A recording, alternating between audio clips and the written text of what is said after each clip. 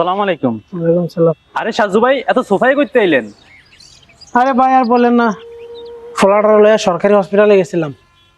ওইখানে গিয়া দিয়ে সিট নাই, সারা রাত্র মাটির মধ্যে ঘুমাইছি দোনো বাপে হতে। আমার ঠান্ডা লেগে গেছে আর ফোলাটা নিউমোনিয়া এসে পড়ছে। এত বাজে অবস্থা ভাই হসপিটালের। আরে ভাই, আপনি সরকারি হসপিটালে কিতেন গেছেন?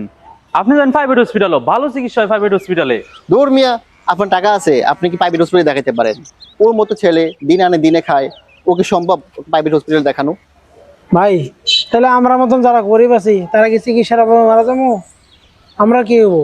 আরে মেয়েরা, দেবিদ্বারের এমপি প্রার্থী সাইফুল শহীদ যদি এমপি নির্বাচিত হয়, তাহলে হাসপাতালে তোমার সিটের সংখ্যা বাড়াইবো, পরীক্ষা যন্ত্রপাতি তোমার 100% নিশ্চিত করবো, তোমার চিকিৎসার জন্য কুমিল্লা বা টাকা যাওয়া লাগবে না। আরে তাহলে তো আমাদের সবার উচিত সাইফুল ইসলাম শহীদ ভাইয়ের নির্বাচিত করা।